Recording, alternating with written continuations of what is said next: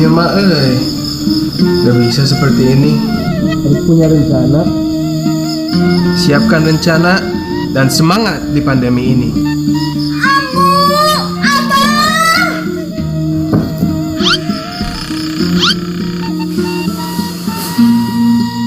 Abang tinggali. Kang kabayan komponan sama perempuan. Masa kata kabayan? Dah tuan bu, cinta saya mah hanya untuk seorang Nita. Naon atuh hari tadi kudu move on segala. Dan teteh kita harus bangkit dari pandemi. Kita harus move on gitu. Jadi abang minta menduakan itu. Datu itu saya sayang. Indonesia bangkit, Indonesia maju.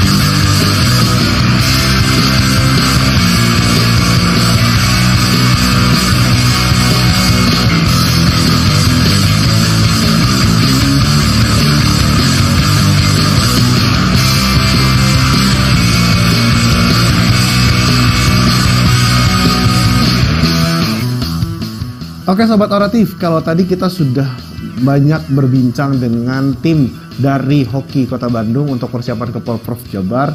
Ini juga kita akan membahas sedikit nih tentang karate yang ada di Jawa Barat khususnya. Karena saya penasaran sekali, biasanya kalau karate itu kan kita ketahui olahraga yang banyak menggunakan tangan. Tapi sebetulnya perkembangan karate di Jawa Barat khususnya ini seperti apa sih? Nah, saat ini saya sudah bersama dengan Shihan, atau istilahnya ini adalah maha gurunya dari karate yang ada di Jawa Barat dan juga di Indonesia.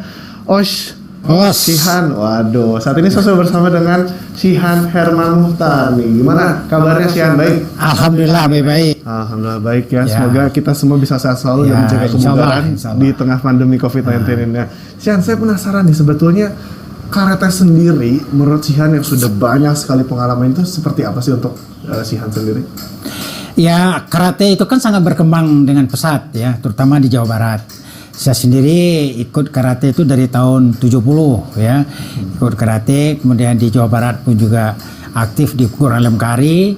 Kemudian saya mendirikan perguruan Inkanas. Kemudian kita bersama-sama membesarkan Forki Jawa Barat sehingga prestasi Jawa Barat itu bisa berbicara di tingkat nasional yang cukup baik gitu ya. Gitu. Nah, melihat potensi dari atlet-atlet di Jawa Barat yang kemarin juga kan sempat menjadi juara umum di PON di Papua, itu seperti apa sebagai Shihan? Iya, jadi kita berterima kasih kepada kepengurusan Pengda Forki Jabar ya di Bapak Ugi, bahwa Jawa Barat pada saat pelaksanaan PON di Jawa Barat berhasil mempertahankan juara umum, berhasil meraih juara umum. Kemudian waktu PON di Papua, Jawa Barat berhasil mempertahankan juara umum. Ini adalah suatu prestasi yang luar biasa, dan prestasi ini harus dipertahankan ya untuk di PON-PON yang akan datang. Untuk bisa mempertahankan prestasi tersebut tidak ada lain, karena di Forki itu ada 25 perguruan karate. Betul. Ya, 25 perguruan. Di Jawa Barat ini saya kira ada sekitar 15 mah ada. Ya, tapi yang pertama, perguruan ini harus maju, organisasinya harus maju, anggotanya pun juga harus berkembang, kemudian dananya pun juga berkembang, sehingga baru kita bisa bicara prestasi. Ya, nah yang kedua adalah kekompakan kalau kita sudah berada di Forki. Jadi kalau di perguruan, ambisi perguruan itu adalah hal yang wajar. Ya, macam saya perguruan Inkanas. Ya. Kalau kita bicara di perguruan, Inkanas harus juara umum. Tapi kalau saya berada di PB Forki, saya harus bicara kepentingan nasional. Bahwa nasional Indonesia itu harus maju karatenya. Di Jawa Barat pun juga demikian. Karena saya dari tahun 80 84 itu sudah aktif di kepengurusan PB Pengda Forki Jabar ya. Sejauh ini dari tahun 84 sampai 2022 sekarang, apa sih hal-hal yang memang perlu ditingkatkan dan dikembangkan lagi untuk tadi mempertahankan para atlet-atlet karate di Jawa Barat khususnya bisa lebih maju lagi berkembang? Ya, jadi kita tahu bahwa atlet kita itu di Jawa Barat ini khususnya ya, atlet yang berprestasi itu Porki dan perguruan itu punya perhatian untuk menjaga kelangsungan masa depan daripada atlet ya. Contoh saja di perguruan saya itu yang masuk polisi itu lebih 45 orang tuh. Betul. Ya kan? Tapi kalau mereka sudah masuk ke pekerjaan yang baik, itu mereka sudah meninggalkan kegiatan karatenya. Ini yang kita sayangkan. Nah, jadi ini pembinaan organisasi yang saya katakan tadi itu adalah bagaimana kita mempertahankan agar atlet-atlet berprestasi itu bisa tetap bertahan ya, mempertahankan prestasinya dan kita menghasilkan kader-kader yang baru untuk bisa berkesinambungan gitu ya, junior-junior yang ada di Jawa Barat. Nah, ini saya kira harus diperhatikan oleh perguruan yang ada di Jawa Barat dan juga Pengcap Porki Jawa Barat ya, yang dikoordinir oleh Pengda Porki Jawa Barat itu sendiri. Oke, jadi kalau dari sana sendiri ada tidak kayak ngobrol atau guyup gitu, mau komunikasi sama masing-masing perguruan di Jawa Barat untuk bisa mencetak atlet-atlet yang luar biasa di Jawa Barat atau mungkin nasional? Itulah yang saya katakan tadi kan, kalau kita ingin mempertahankan prestasi Forki di tingkat nasional itu sebagaimana yang pernah kita raih di Jawa Barat maupun di Papua, tentu tidak ada lain kita harus meningkatkan komunikasi, koordinasi, kolaborasi ini semua perguruan ini nih. Nggak bisa lagi perguruan satu ingin maju sendiri, nggak bisa. Harus kita berkolaborasi. Apalagi kata itu boleh memakai kata perguruan lain yang sudah dia dipertandingkan di tingkat nasional. Jadi tidak bisa Sotokang tidak belajar kata misalnya KKI ya, nggak bisa. KKI pun juga harus belajar Sotokang, Wadoryu, Kusinryu dan sebagainya ya, semua daripada materi-materi yang dipertandingkan di tingkat nasional, kata di mana punya itu harus dikuasai oleh masing-masing atlet ya, kalau kita ingin menjuarai di tingkat nasional. Gitu. Oke. Sejauh ini kan sudah banyak sekali pengalaman dari Sian tadi memimpin kongres juga dan segala macam. Kalau dari segi pembinaan nih. Nah, ini nih pembinaan ya. Saya ngambil contoh di perguruan saya sendiri di Inkanas. Di Inkanas itu ada dewan guru ya, ada karateka. Kemudian kita pisahkan. Yang penting kita harus lakukan kaderisasi secepat mungkin. Ya. Jadi jangan seperti saya di umur 71 tahun. Kita di Inkanas itu udah kita batasi umur 60 tahun dia sudah tidak berada di lapangan, dia sebagai pengawas. Dia berada di majelis tinggi dewan guru, namanya Siham, dipanggilnya Siham. Ya, yang guru itu dipanggilnya sensei. Itu yang mereka yang umurnya 60 ke bawah. Ya, yang dan 5 ke bawah. Sedangkan yang majelis tinggi dewan guru ini yang dan 6 ke atas. Ya. Nah, kita kemarin baru kita ngambil dan 8 ya. Karena udah 10 tahun berada di dan 7 ya. Dengan tujuan kita memberikan kesempatan kohai-kohai kita tuh bisa maju lebih cepat gitu.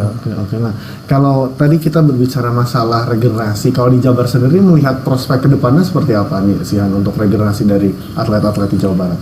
Iya, saya melihat ini cukup bagus ya. Saya pun juga sering mengingatkan daripada Pengda Porki Jabar bahwa regenerasi ini harus diperhatikan.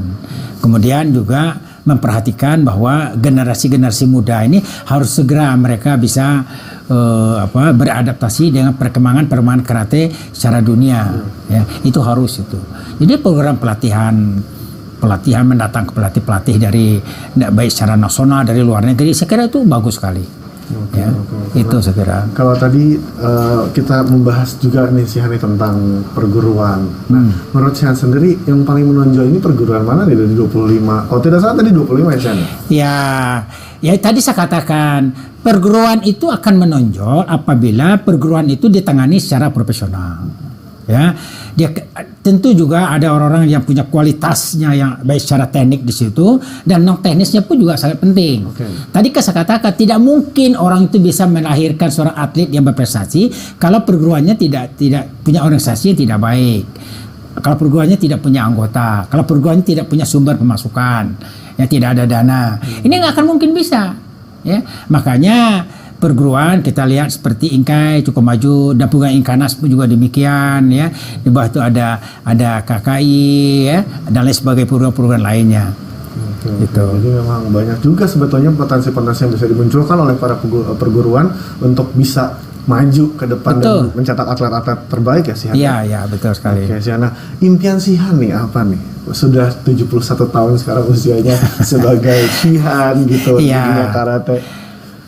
Saya orang yang di perguruan saya, baik di Forki Jabar sendiri, saya kan di Forki Jabar tuh 18 tahun sebagai Bimpres, 4 periode. Kemudian saya tinggalkan, saya naik ke pusat. Kita lakukan regenerasi di Jawa Barat. Jadi sekarang ini keinginan saya itu adalah regenerasi yang diberikan kepada bawahan-bawahan kita dan mereka pun juga harus punya kemauan untuk maju, ya, punya tanggung jawab moral. Nah, tidak ada lagi kita bicara perguruan kalau dalam Forki kalau kita ingin memajukan Jawa Barat, ya. Nah, jadi fanatisme Jawa Barat itu harus di atas segala-galanya. Tidak ada lagi kita bicara perguruan. Gitu. Oke Sobat Oratif, tadi wawancaranya sangat luar biasa sekali nih bersama Sihan Herman Muhtar selaku Mahaguru Karate dari Jawa Barat dan juga nasional. Nah Sobat Oratif, jangan pernah bosan untuk nonton Oratif karena kami akan memberikan informasi-informasi seputar olahraga dan juga otomotif yang sayang jika Anda lewatkan. Sampai jumpa di episode berikutnya.